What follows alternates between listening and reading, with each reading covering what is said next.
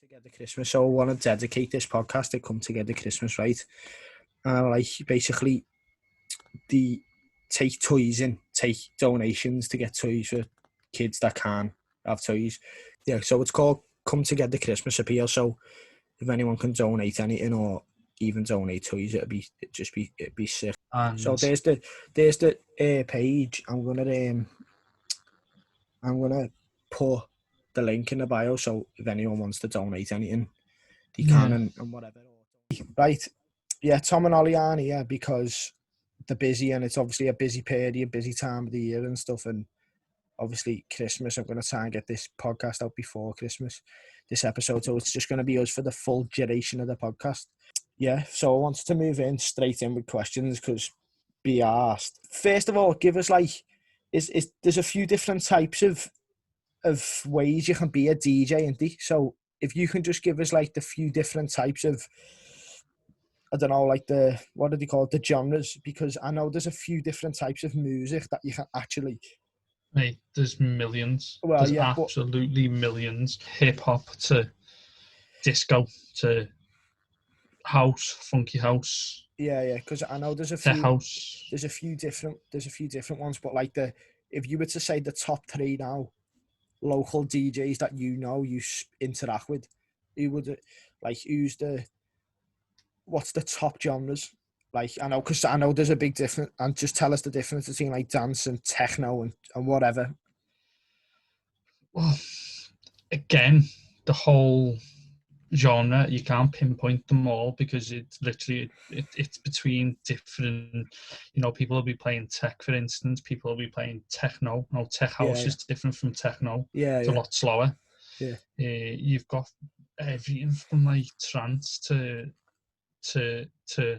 donk to scouse house to honestly, the list of genres is just as long as anyone's arm. Could you pick out, if you were to see list or have a list of a song from each genre, could you pick out the differences straight away? What do you mean from the year? See, not the year, more of the difference between if someone was to put maybe a EDM track now to an EDM track, definitely 100%. Yeah. See, so because that's the bit that obviously people watching would be confused about, because obviously if they're not from a DJ background like me, for instance, I don't know, I couldn't tell you probably the difference as if you could. So obviously we know there's a few genres of dance music and stuff, but for instance, what was the first genre would you say you worked on when you first got into it? Well, I wasn't into music, to be fair. Even when I was growing up, I wasn't really into music. Yeah. And then just started going out. The minute I started going out, it was just wow, these tunes are boss. Yeah. And then once you go from one club to another club and it's different tunes and it's different people playing and different DJs, you're just yeah. And just seeing the reaction of certain people, certain tracks, it was just yeah. Who's the people you're looking up to? Because if you're going into something new, there's got to be people behind it. When I was first going into YouTube and stuff, there's people that help me, whether it's obviously physically or over online or whatever, that help you, don't they? But but when you were learning all that stuff, was it mates or was it? What was it? To be fair, I was getting tunes basically, and then I was just going up to DJ saying, I've got these tracks. Yeah. And then it was just sound, I'll play your tracks and stuff like that. And then they were coming to me to a demand and going, where are you getting these tunes from? So I obviously thought, bit of leverage, teach me how to DJ and I'll supply you with tunes for the duration type of thing. And then it just worked like that then. And then that's how I got to learn as well as giving stuff back. Do you know what I mean? So, and then obviously over time, you're just collecting your music. Do you know what I mean? So, so who were the people the DJs you look up to, idolize, basically? To be honest, it's more local people than it is just last 3 big names out, who would they be? Avicii. I think Calvin Harris, because everything he touches just turns into a fucking number one. Yeah. You know, the Swedes, I know it's probably Tingo, but it's probably dead cliche, but I think the era that I was getting into music, they were like the biggest thing. Like, they're like when you said like local people, like, do you mean like known people or like people with not just people around Liverpool, to be fair, because at the end of the day, when I was going out, I was obviously seeing people and seeing the skills that they had and the clubs they were going to and stuff like that. So I kind of like seen all that, and then from that, it was just like probably they're better technically than the big boys, if you get what I mean. Yeah. So what I want to know mainly is, what's the difference between a DJ that's doing bootlegs? I know probably every DJ is at a stage where they're doing bootlegs and stuff, but what's the difference between doing bootlegs and doing 3-minute songs to go top of the charts? What's the difference is with a bootleg and a mashup type of thing is you're taking an instrumental of one song and a vocal of another song. Yeah. I'm putting them together. Obviously, they've got to be in key, but when you're doing that, you're obviously making that track sound like you're listening to something. Yeah. But it's not going to be that. It's going to be a different vocal, or it's going to be a different instrument underneath it. So that is basically taking two people's music and putting it together as one. Whereas, if you're taking a track and putting it in the charts, you know, you've got to have it cleared by samples. Like, you've got to have it cleared. So if you are using other people's work, you wouldn't be able to earn from it. Yeah. So and when you are making stuff to be in the charts, it's from scratch. It's literally every kick drum to every beat to every clap to every bit of vocal. Do you know what I mean? That's all done by yourself. Do you know what I mean? So it's kind of, so you can take and rip off. Yeah. Even though it's not your stuff, it's as you said, a track from one, well, an instrumental from one and a vocal from the other. Even though it's not your stuff, when you put them together, or you think, oh, that vocal will go boss with that, it's kind of yours still, isn't it? It's unique, and that's the whole reason why I like them and I play them, because, all right, if someone else has made it and then obviously shared it with yourself, or put it on SoundCloud or whatever, it's still unique. Them absolutely hammering, because if you listen to the radio nowadays, you're getting that track played constantly, and you're hearing that version all the time, and it's installed into your head. Then you only have to hear the melody and you think, I hate this song, turn it off. So you want to kind of change what people are listening to, if you get what I mean. You want them to. I like it because it's kind of like a little mind fuck, because people think, I know what's coming in there, and then you're just like, nah, you don't. Yeah. So when you're talking about, obviously we touched on it before, like people you'd look up to, like big names. Who's the person been to see and you've been like, that's a different type, that's a different level? There's quite a few, to be fair, because I love going to raves myself. Most of my people who would go and watch DJing are people I don't listen to all the time, if you get what I mean. It's kind of like, it's a little bit heavier, it's a little bit more electro. Like your Freddie Legrands and your Lessos and people like that. But again, once you've been to a rave and you see someone and you blow you away, you're like, well, I start listening to it, all their stuff, and that's the best thing about it, because you can go and not expect someone to be as good as they are, and then just blow you away. Yeah, see, that's like the type of thing with me. Like, if I see, we all know big stars in whatever you do. Do you know what I mean? Like big YouTube stars. Yeah, it's almost like playing footy. You know, if everyone knows all the big stars, but everyone knows a boss local footy player. Do you know what I mean? Exactly. It's like the same. Exactly. So it's kind of like when you go into, you get into footy or you get into music and stuff like that, you'll obviously meet people along the way, and you do, and you get to know them, you become mates with them. Some of them I haven't even met in person, but I'm really good friends with them online. Do you know what I mean? So That's the kind of, it's like an online thing now, isn't it? Like everyone has Social pages media, and mate, is SoundCloud just, stuff in it. social media is just Yeah. On KCC every Friday and you got a Saturday slot, haven't you? yeah. So if you're like, how are you finding the promotion type thing with social media? Does it get you a lot of listeners, or is it just consistent, the same amount? Yeah, well, to be honest, you obviously have to throw it out as your show's airing, because if you throw it out a couple of hours before, people kind of forget about it. Yeah. So what I try to do is like leave it like half an hour before, so then people will go, Carl's on in a minute. Do you know what I mean? Yeah. But obviously people that are promoted too and stuff like that are like family, friends of friends, friends who have seen me DJ, friends who book me to DJ. Do you know Yeah, what I because mean? if it's mad, because obviously you get loads of support online, like we do. Do you know what I mean? But I wanted to know whether was that any different before you started looking into the promotion side of it? Was it different?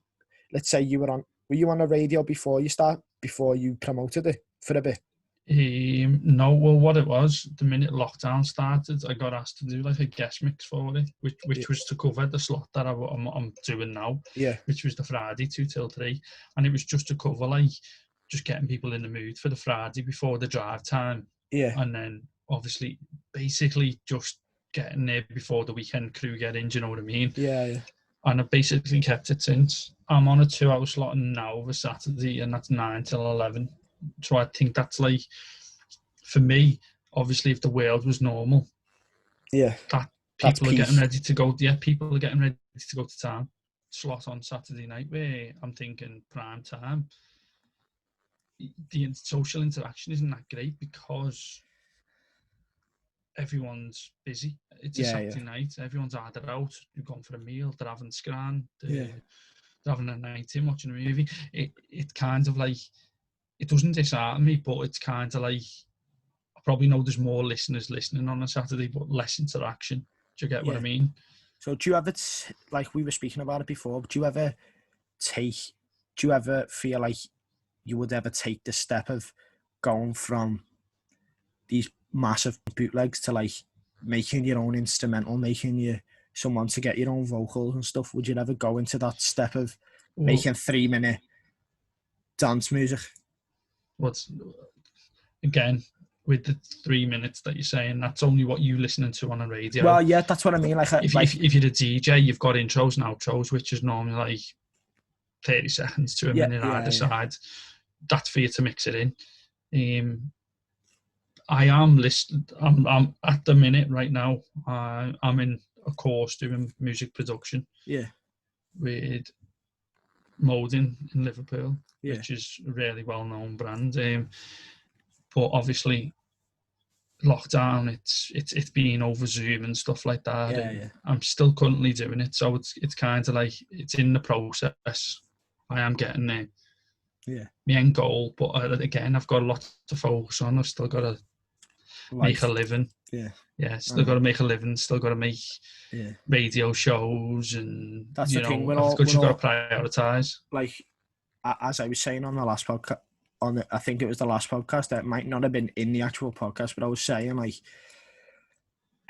this year's been it's been like obviously a bad year, but for people like us, people like make music, people who make video, people who make content, it's been like a great year because you've had time to like you've had time to do what like if you look at 2019, 2020, look at the difference in your passion project, the stuff you're doing on the side, look at the difference. Like I've seen the difference in ours. We've collaborated with people and stuff, and obviously we've got a podcast and stuff. Yeah, if you said to me 9 months ago, before I actually done the guest mix for KCC, that I'd be on the radio on a good slot, on a good radio, on a good local radio station that's full of really good talent, I'd have probably laughed at you. I'd have probably thought, nah. To be fair, and when I used to DJ, I never really used to speak on a mic or nothing. I'd just be like, let me music do the talk and let me just get on with what I do best, if you get what I mean.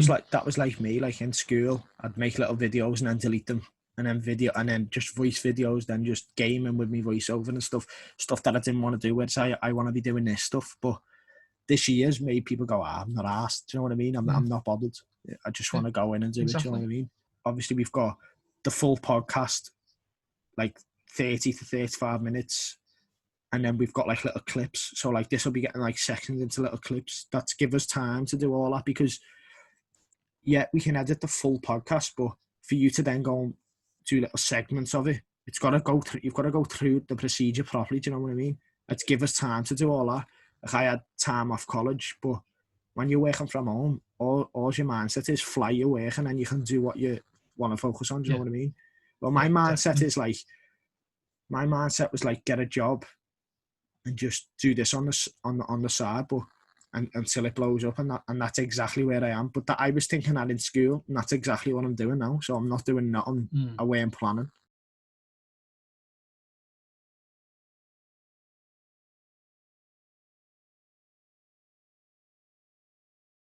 If we're making it like a little bit of a Christmas special, obviously with a guest, what are you backing to go number one? Are you backing to go a traditional Christmas song? Are you backing to go a new this year song? Because people are backing like quite a lot of non-Christmas music. The thing is, though, there's a lot of money in a Christmas single, because you look at it from what Mariah Carey earned. Yeah. Still while earning. she brought out the most famous Christmas song. Yeah. She's probably earned more money off it each year in royalties, just because it's literally the number one Christmas single. Do you know what I mean? So people just think the longevity of a song, it's going to last longer because it's a Christmas song. So do you think Christmas comes around once a year? Do you think making a Christmas song is maybe a big investment? Oh, massive, because it could pay off massively. Just one song. That's what I mean. But if it's a flop, it's kind of your last resort. Like I feel. Not necessarily, because again, it's only a holiday. It's only a festive. Yeah. It only comes around like once a year. Yeah. So it's like, I feel like you're there, like that Liam Payne from One Direction. Pinnacle of his life was One Direction. They had Boss Music out. He was probably I'm not going to go into money because I haven't got a clue, but he brought a few songs out with a few rappers, probably broke the bank because I know how much them rappers earn. Yeah.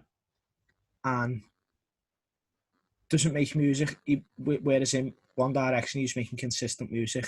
Now it's not as consistent. He brings a Christmas song or album. I don't know how many he's brought out. I think it's a few Christmas songs. Is that his last resort? I feel like that's your very last. If you've got like, it's like the going on celebrity Big Brother type. It's like that's like the last resort. That can make or break someone, because someone could be in Corrie and just bang average actor.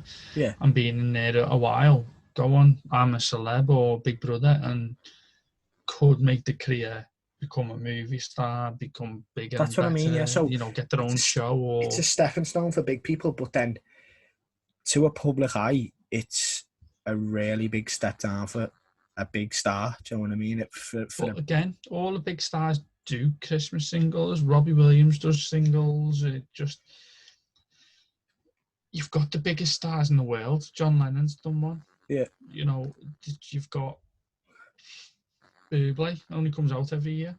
Yeah, but that's what I mean. But his voice suits Christmas, so it's kind of like, that's what I mean. He'll probably bring a Christmas album singing the fucking same song in a different way, and it's just like, it sells millions of copies. There's very minimal people that can do that, though, isn't he? I think that's a specific skill. If you're covering a song, or maybe making your own Christmas song, is probably really hard, because it's hard for people to click onto. But then it's going to get views every year, no matter what, whether it's awful or not.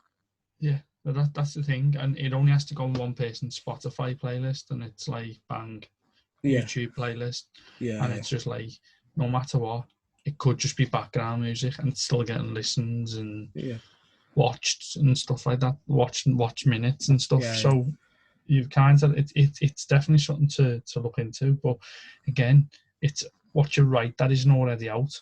Exactly, and it's the thing. I think a lot of traditional music flies them new songs only because it's like Christmas is like very like traditional, and like it's obviously it's just that it feels to me like even if you move on to the film and the video Yeah. type, the old films, Home Alone, Yeah. maybe Are all pass, massive soundtrack. maybe might pass one that's come out this year. That's only. I'm not saying that's because it's new. Saying Yeah. even if you give that 20 years and the first 20 years of A Christmas Carol or Home Alone, they're completely different levels. But I don't know. Yeah. Don't know why I feel like that. I don't know. Might. So look at it this way. Just taking one off the top of my head, I can see everything that's in a Christmas song, everything that you're going to write in a Christmas song is going to be like family based and towards having a good time and Yeah. Christmas. And then you've got Cardi B writing shit like WAP. See, it's kind of like that's fucking stupid. If she's earning money off that, someone else has got the right to be earning money off. Yeah. That's probably the favourite time of year. Do you know what I mean? Anyone's got the right to be earning money off Christmas. It's just like I feel don't get like that WAP. You know, the WAP situation is like, kids have got to listen to that, and exactly, it's the legacy situation in it. Do you know what I mean?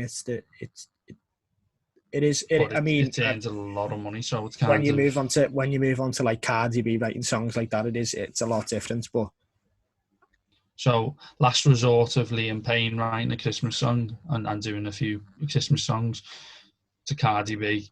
Yeah, doing that. Yeah. Writing about Fanny. It's bang out of order. What is your favourite Christmas song? So I'll do top 3, working upwards. Gives us a bit of like time, bit of meat into the topic. Words. Right. Top 3 favourite Christmas songs. So rank 3 to obviously top. What's your number 3? Probably John Lennon, War Is Over. Yeah. Last Christmas. Second. Yeah. I think that's because didn't he sing it on Gavin and Stacey? Yeah. And do you know what? Yeah. I was going to say that because Gavin and Stacey made Step Into Christmas into me top 3 for me. I've definitely got a top 3 worked out in me head. Like, but what would you say is your top? If you were going for Last Christmas, did you go for Last Christmas? So War Is Over, Last Christmas, and then Proper Grimbo, both selector. Ah, shout. I just think at the time I was banging into both selector, so it was kind of like, and then it's got the fun element to it. It's got less of the seriousness. It is shit. Yeah, but it's boss. Yeah. See, if I was to rank from bottom rank to top rank, I'd go Step Into Christmas third because it's Elton John, but it's class. It just doesn't top me. Top 2, I'd go second. Go War Is Over, John Lennon, which I would usually put first, but the Pogues have got to be first. The Pogues, right? Don't you like the song? I hate you. No, that's a tune. Fairy Tale in New York is it's the best tune. My opinion, I'm not a music snob, but I just don't like that song. I don't know what it is about. What is it like? See, that's what I feel. I don't know what it is about a Christmas song being a last resort, but I just feel it. Is it what is it with you? Is it the video? Is it just the? I don't know. Christmas is about having fun. It's about being with your family. So kind of like not being a scumbag and a maggot. Yeah. So fair enough.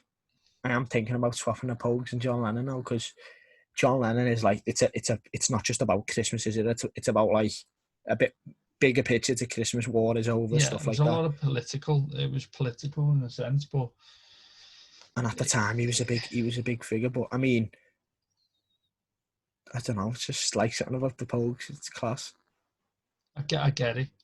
People are gonna like it. You know. I don't know why. I don't know. It's when you think about it, the words just. Again, it could be a memory. It could be a memory. Yeah. Of a Christmas, and it's just like from that point you've went. You know what? Well, yeah, that's the same as Step Into Christmas with Gavin and Stacey. If you've seen a film or a movie, it kind of sticks in your head. Favourite Christmas movie? I know it's hard because it's Again, I'm not a massive You'd ra- movie fan, but you'd it's rather probably going to be Home Alone, innit? Because it's just more like, what number? it's probably just going to be one. I don't think I've seen 2 or 3 or Yeah. 4, 6, whatever it's up to. Fast and Furious fucking 11. But Oh, mate, don't even get me started on them. no, but right. So I'm gonna go. Mission Impossible. Mission that's been made possible like 5 or 6 times. Yeah. Yeah. It's just 80. It should have just ended at number 7. Fast and Furious. Just No. After 2. no, but one of your cast members has died. Just give it a rest. Do you know what I mean? Exactly. Isn't that incentive to stop? Yeah, it is like. And I know we'll had The Rock in. We'll had fucking Jason Statham. We'll had. But what do you feel you know about? what? What do you feel about the James Bond sense of that then? James Bond is a forever growing story because obviously there've been books and films about them in the past, so it's like remakes of stuff that have already happened. Me personally don't like any of the old James Bonds or all these new Daniel Craig ones are boss. See, that's the thing, though, because when people think You've about stripped it back though, I think, because my very first James Bond I watched was something like Tomorrow Never Dies, and I'm not even messing. He's in the back of a car on a fucking Nokia like fucking phone, 410 driving a car in the car park, laying down in the back, and I'm just thinking it's a bit far-fetched. Like, yeah, but that's what things like I'm sure Vin Diesel's died a few times. I get the gadgets of all like James Bonds and that, but just strip it back. You don't need all that fucking all that stupid shit. Why not just throw him in the middle of a fucking car park with a car just trying to get out? Do you know what I mean? It's like Vin Diesel. I'm sure he's died a few times in that fucking film, you know. Mate, I turn them off the minute they start jumping out of planes in cars and because it's like unrealistic, innit? Yeah, like, have you seen them zombie films and you go, fucking hell, like the way they described the zombie film, it's like it can happen, but then as soon as they start growing wings and that, like, you're fucking off the thing, aren't you? It's that's like the whole reason why I don't really watch movies, in a sense, because anything like, it's probably going to be controversial, but anything like Star Wars where they're shooting each other in space, I've just got no interest in it. Yeah, I know, with lasers and that, it's just shit. Yeah, it's just like, oh yeah, pew pew, and you're just like, see it a bit, mate. But moving back on to obviously the Christmas film, it's got to be A Christmas Carol. I don't know why the animated one, right? It's I don't know why it's just boss. It's just like, it's an R fella. He doesn't like Christmas. And it's an animated. I love animated films. Like, I'm not like a geek, but like, I can get dead hooked to like Disney films and that. Do you know what I mean? Yeah. But like, I don't personally watch them. But if I'm like, someone's watching one on the telly and I can get hooked to it. But like, something about that film, like, I can watch it every Christmas non-stop. Like, not the way you can watch a film and it gets old. Yeah. It's one of them. It's just like a proper Crimbo Eve film. There's one that reminds me of my nan. It's called It's a Wonderful Life. It's like a black and white film, and it's about like what the life would be like without the person. So he's basically he's not dead, but he's just not there. But he's seeing what his life would have been like in the sense. Oh, is that like a Scrooge type one? Yeah, but it's set over Christmas time. That's a good Christmas film, but it's like black and white, so it's kind of like. But I like black and white films sometimes. Like, you can go in, see me granddad watching fucking Jesus on the telly, mate, and you can just get hooked to it, can't you? Do you know what I mean? One of them, you can come back on and we can just talk. I mean, I will get you on with the lads because it'd be nice to meet them, because obviously we've missed out on them this week. But yeah, we'll just we'll sort something out for a future episode and that. But